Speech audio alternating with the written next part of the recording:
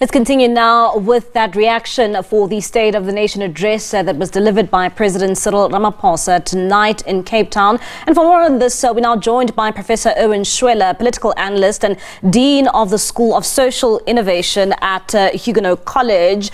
Professor, thank you so much for joining us this evening. Of course, that was President Cyril Ramaphosa's 8th State of the Nation address and the last for this administration, or the 6th administration of South Africa. And maybe let's start off here broadly. What is your reaction to the State of the Nation address? Now, let's start off by saying that I'm not convinced about most of the things that the president has told us. Maybe I'm convinced about something which is not a fact, and that I don't live in the same country as the president. It seems as the rhetorics used in an election year completely trumps the reality. The president talks about jobs that have been created, where youth unemployment in this country is 51% of the total youth-defined population. The president talks about things such as energy security and electricity, whereas we are suffering another year, if promised it will end in end of this year, of basically load shedding. It should have ended last year.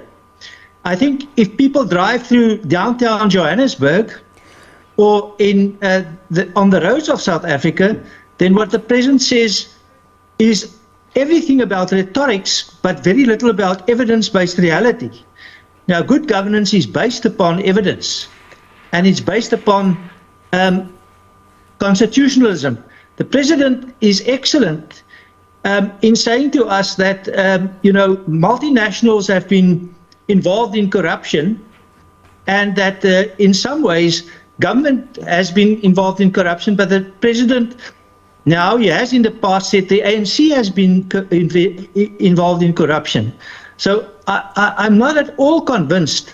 This was a fantastic rhetorical speech in an election year, but has very little to do with reality in South Africa. At the same time, Professor, a number of people, I've been looking at the reaction even on social media.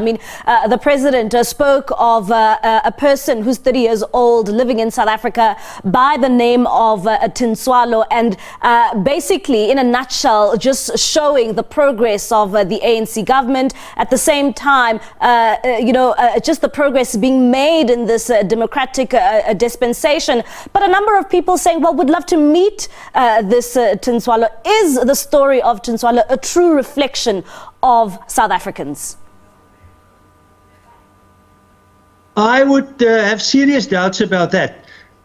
In some ways, if one is, and this is in some ways very emotional, she is very, in some ways, fortunate to have survived this time, because there's, irrespective of whether there are indications by the president of actions against gender violence, she might have become a victim of that. We are told about the particular progress made in terms of education. She might be very, and this is not easy, she might be very lucky that she didn't drown in a pit toilet.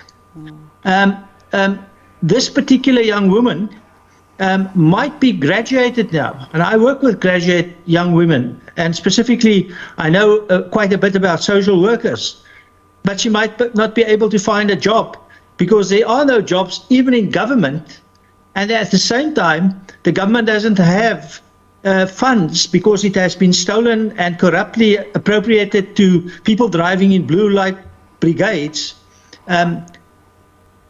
And she cannot even serve an NGO. So I'm not sure about this. Well, actually, I am sure. I don't think there's any evidence supporting the president's positive approach, which is definitely a rhetorical rather than realistic assessment in an election year. And would you say, because we find ourselves in this election year, I mean, just looking at and listening to some of the political parties down at the Cape Town City Hall, a number of them just saying that, well, this was purely just a campaign for the ANC government, and it was also a campaign to get President Ramaphosa back into the position as president after the 2024 elections. Do you share the same sentiments? I think the president must have an excellent speechwriter.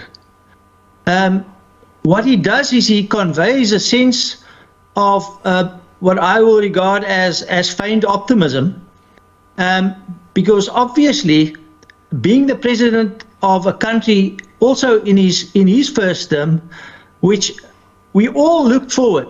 I personally thought there's going to be a positive change in the next presidency after the disastrous years of the previous presidency.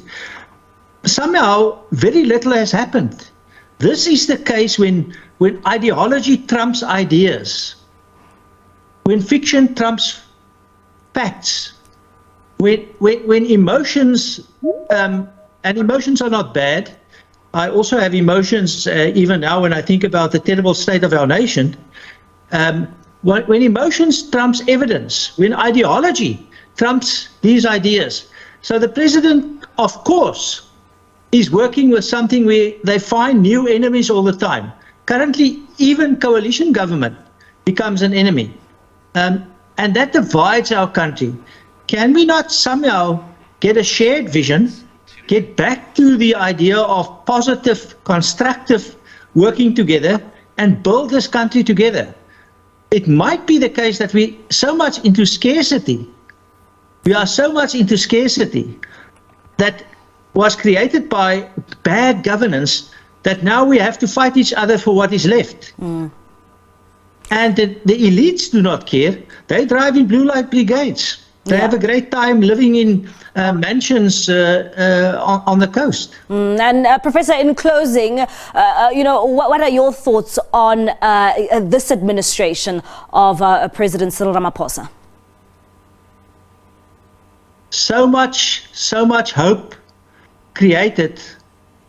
We all started out with a lot of optimism about a new dawn, and it seems as if the sun is setting on us. All right, then, Professor, thank you so much for your time this evening. That is Professor Erwin Schwella, political analyst and dean of the School of Social Innovation at Hugenote College.